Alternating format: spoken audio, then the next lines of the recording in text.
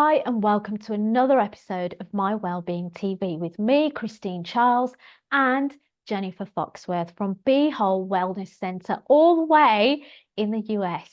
A very warm welcome to you, Jennifer. How are you doing? I'm doing great. How are you? I'm good, thank you. I should just say how I came across the BeWhole Wellness Centre was on Instagram. And Mhm. I was looking for some spiritual wellness, right? Because we're just flooded with the world's wellness. And we'll talk a bit about that in a moment. And you Beehole came up, and I was like, what's this? Along with Chuck Pierce mentioning something on his socials, it all kind of correlated to the same timeline. And I knew that I'd wanted to interview you for a long time, but was too scared to reach out because you guys just look so amazing. Thank And you. you agreed. And Mhm. I was shocked, but in a good way. So thank you, Jennifer, for joining us. And, we've spoken off air, and your story is so interesting and inspiring. And I was like, this is too much of a good opportunity to miss. And of course, hopefully, we'll have you back on the show to share, wellness tips in the future. But today, it's all about you, Jennifer. No pressure. Okay. But yeah, share with us how you went from serving the masses in Mhm. your national healthcare system to now having this beautiful wellness centre, Be Whole, and giving bespoke services and speaking into people's lives and healing them. Yeah. So I started nursing.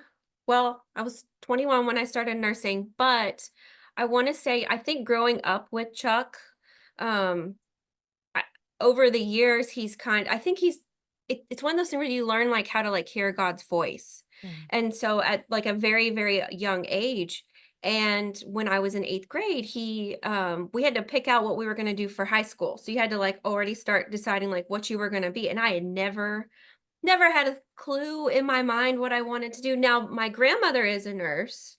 Um, Interesting enough, she retired the same year I started school, so it's like I picked up that mantle from her, but, I was like, "God, what am I supposed to do?" So I'm, like, going through this catalog and nursing popped up, and I never questioned it. I was like, "Alright, let's okay, if that's Mm. what you want me to do."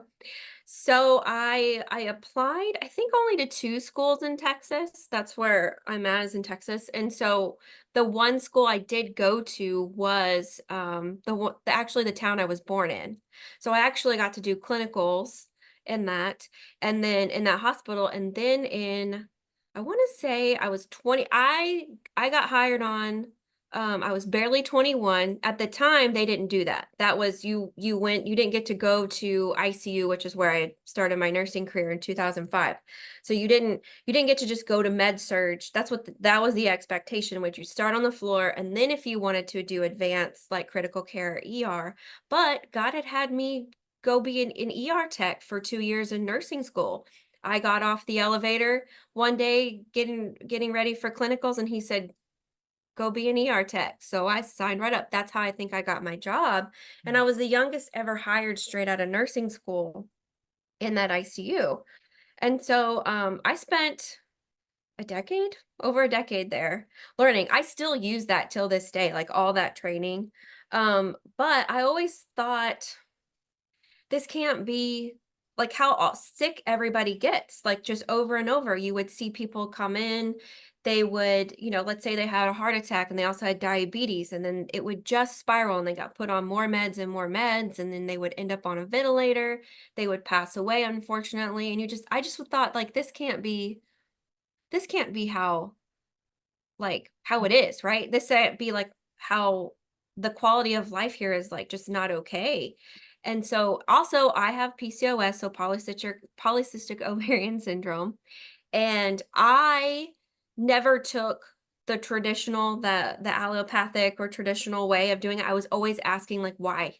Why do I have this? What's the root cause? And so I this wellness center would not be here if it wasn't for that, because of that asking of like why. Yeah. And so, I never thought I would leave the hospital, but then I went and did insurance nursing. That was the worst job I've ever had. Because that's corrupt beyond, like, that's a whole other separate conversation. But, I decided after I took a year off after my husband and I got married. And I just needed a break. I'd been in it since I was 16 years old in high school. Um and so I took a break. I really wanted to do an IV bus. That was kind of like my thought, was to do like a mobile IV bus. So then I was like, oh crap, I got to go back to school. So then I got my master's degree in nursing.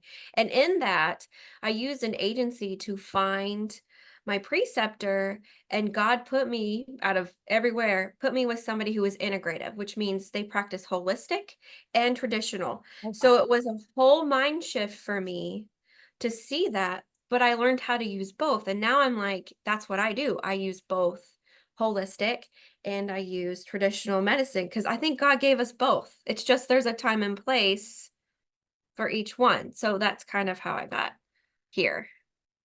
I thank you for sharing that, Jennifer. Like, talk a little bit about your own journey with health and You know? healing, and I love the fact that your curiosity is Mhm. where that it's got you through to where you are now. So asking that question, why? Tell, I mean, don't leave us on a cliffhanger. You've got to finish the story. Okay. Oh, about polycystic ovarian syndrome. Yeah, So short for that is PCOS. PCO. And what PCOS is, well, it's where, like, a lot of women have, like, irregular periods, inability to lose weight. Infertility is a big reason why a lot of women even find out. And when I was diagnosed, I was 23, but I kind of had inklings of it in high school. Like, all of a sudden, my period just stopped. Couldn't lose weight. The dark skin under your arms, behind the neck, is usually like an indicator of the insulin resistance piece. That's really the big part of that, is if you really watch your blood sugar and monitor blood sugar, that's really probably the meat of that root cause Mm. of the of polycystic ovarian syndrome. A lot of, because the insulin resistance causes your body to make more androgens, it also causes you to make follicles in your ovaries that don't mature, and that's where the cysts come from. But nowadays they kind of say you can kind of have PCOS without having that piece. It can either be caused by stress, what they call like adrenal fatigue, or the blood sugar, or a combination of both. So what I kind of did was, well, I'll tell you the traditional. The traditional treatment is birth control and metformin. Metformin is a type 2 diabetic medication. Metformin is kind of a nasty drug. It's cheap. It's been around forever. Um, but it can cause you to, like, lose your B12 folate. It can cause a lot of GI upset. I was probably nauseated for 8 years of my life before I was like, I can't do this anymore. Mm. So that's the traditional way. The other way is like checking your blood sugar. There's things like berberine, there's inositol, lifting weights, heavy weights, things like that. I did do detox. I used to have, when I first got diagnosed, I had 20 cysts on each ovary. I want to say last year when I had an ultrasound again, I only had one. So there's it, and every woman in PCOS's journey is completely different. Like, I don't have, like, you can have like hair in places you don't want it. That's not really mine. Some women get to be, 300, they get really, like, 300 pounds. They get, well, pounds is different than kilograms. The UK, where you're at. There's a difference in that. Yeah. Yeah. Um, but everybody, like my office manager, she has PCOS. Her symptoms are not the same. Like, I don't have acne, or she, like, that's something that she suffers from, but the root cause in it is usually like an insulin resistance piece, toxicity, and like diet, those type of things. So, Yeah, and we've talked a lot about root causes, haven't we, to health yes. conditions as well. Mhm. So I love the fact that your curiosity of why actually led you to discover that actually this is actually blood sugar. I need to investigate. And it's amazing that it's just one, which we will be expecting zero soon, because we have life and life in the tongue, don't we? So we speak life Mhm. to that. Um, so yeah, talk about root causes then, Jennifer, because that's really what you do with your wellness center, BeWhole in Texas. Mhm. is you go after the root cause, don't you? Yeah. You're not interested in the surface level of let's cover this up with the plastic. You're actually like, let's rip the plastic off and get to the root and rip it out and then fill it with the goodness that it deserves. So when you talk about like root cause, I mean, how many people go to their doctor and they're like, my labs look fine. The doctor will hand them to you and they're like, they're normal. Where I'm like, that range that they're looking at is like a range of millions of sick people. So what's the optimal range? Because Mm. those ranges are getting bigger and bigger over time. So that's where I like to be like, I'll tell my patients, I'm picky and you want me to be picky because we want to catch stuff now before it becomes a problem. So is it toxicity? Are you sleeping well? Is it your hormones? Is it your thyroid? What traditional medicines, like they won't even consider you even hypothyroid, although you have all the signs and symptoms of it.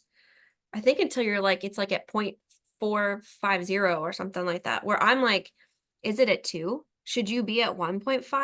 Mm. It's more of symptoms. What are your symptoms? What does your blood work say? Do we need to do some more like functional tests? Those just get so expensive. Or can we work on them? Is it parasites? Is it heavy metals? Heavy metals are a big one when women are talking about like really heavy periods. Is it mold? Mold will mess with your estrogen. It'll also mess with your gut health. It suppresses your immune system. Is it Lyme? How many people, I don't know if you like Lyme fatigue is a big one that people have. They can barely get out of bed. Is it Lyme? Is it viral? Do you have Epstein-Barr? Is that still, which is mono, is that still circulating around? Has your immune system been able to turn that off to keep that virus from replicating? That's kind of the questions I keep asking. Is it your diet? You know, are you doing the right things? Can we tweak that? Are you lifting, doing some movement? It's kind of more foundational stuff. You'd be Yeah. surprised. Like if you're sleeping, eating, and exercising, that's gonna help out like so much. But it's kind of more investigation. It's kind of fun to do. I can't, in my conscious, like hand somebody their blood work and say it's fine. Yeah. I always like to explain it, like line by line. Yeah. And that really is the core nature of who you are from the conversations I've had. It's like, no, let's discover more. There's more, there's more, there's more, Mhm. and that's linked to your value system, isn't it? And your belief system.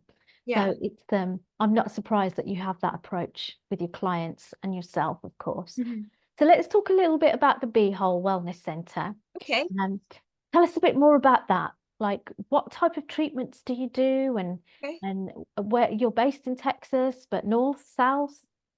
We're in the Dallas Fort Worth area. We started off in Chuck's church, which was kind of an interesting way to start, but we had this huge space. It was just me and my office manager. She's my best friend for like 15 years. She got out of she was in the vet world and she kind of needed a break, I think, from that, but also she keeps me organized.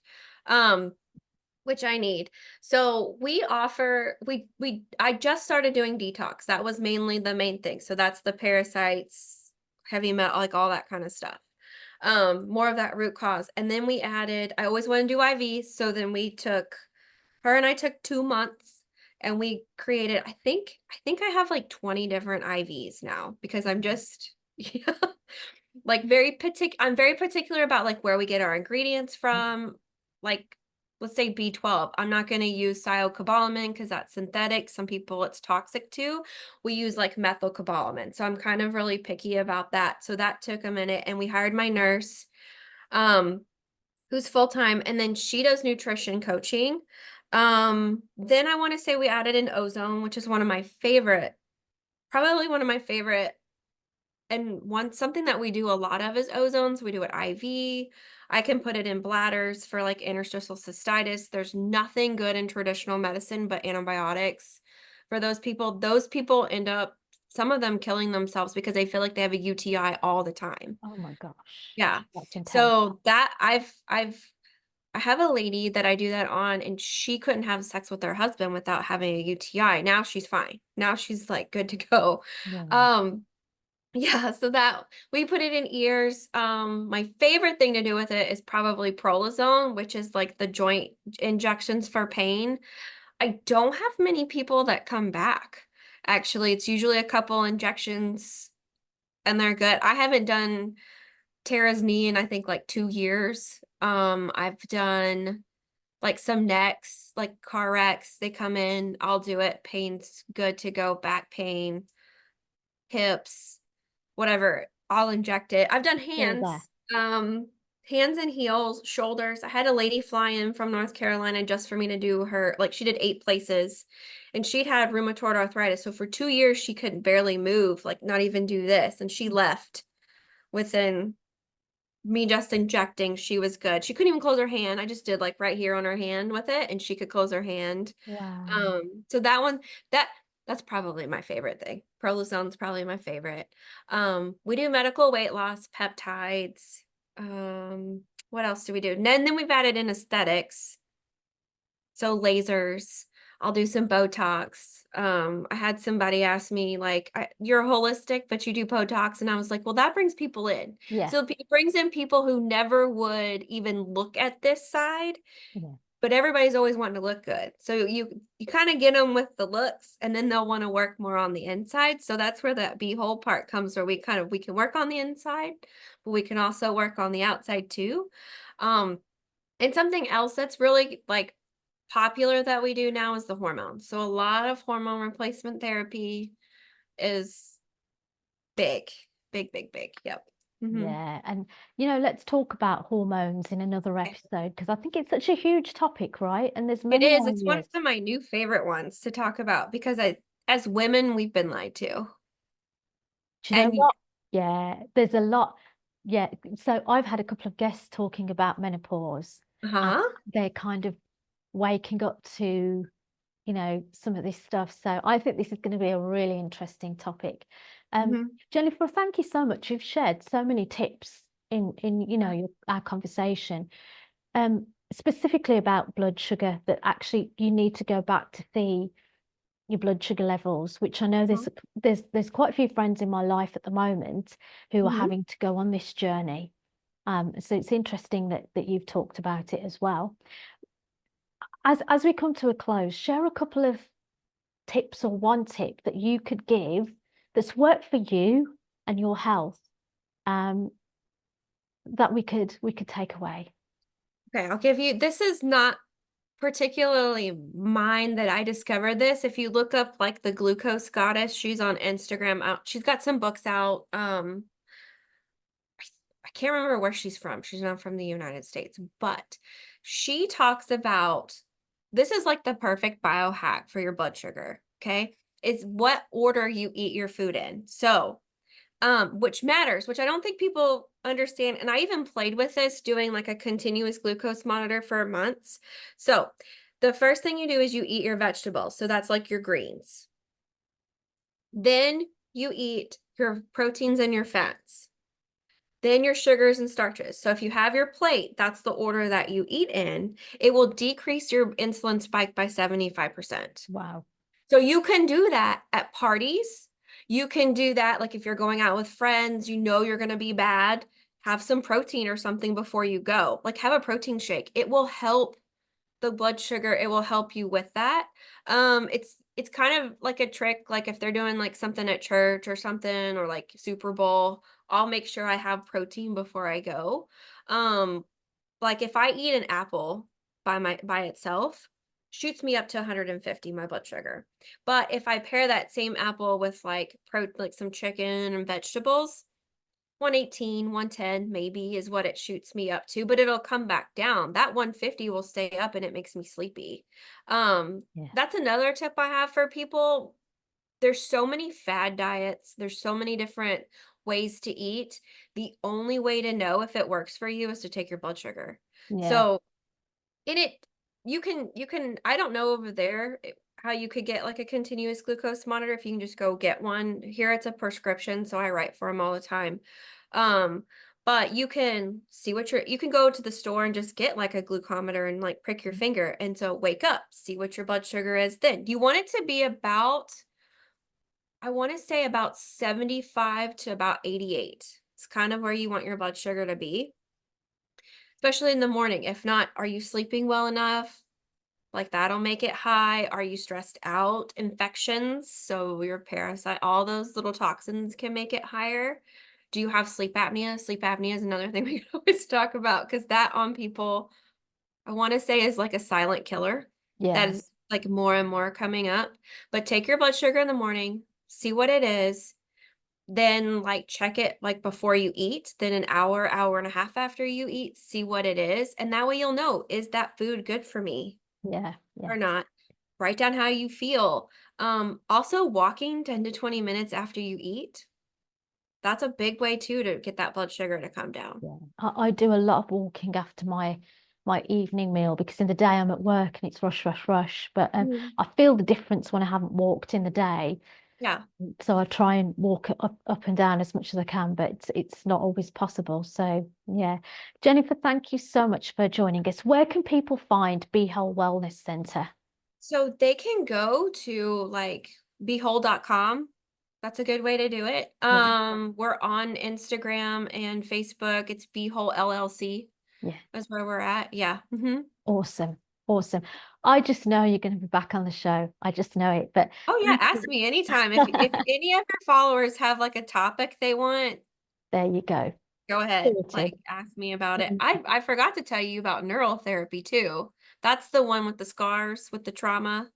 That's a whole other, and the emotional aspect. I forgot to mention that was my other So that service. maybe that could be episode 3. We don't know. Yes. Yeah, yeah. Let's do more. Okay. There's obviously a need for this, but Mhm. folks, I would recommend you check out BeWhole Wellness Centre. I know it's a blessing for me. So get on Instagram, BeWhole Centre, and find out what these guys are doing. And we're going to have you back on the show, Jennifer. Thank you so Yeah. much. Oh yeah, you're welcome anytime.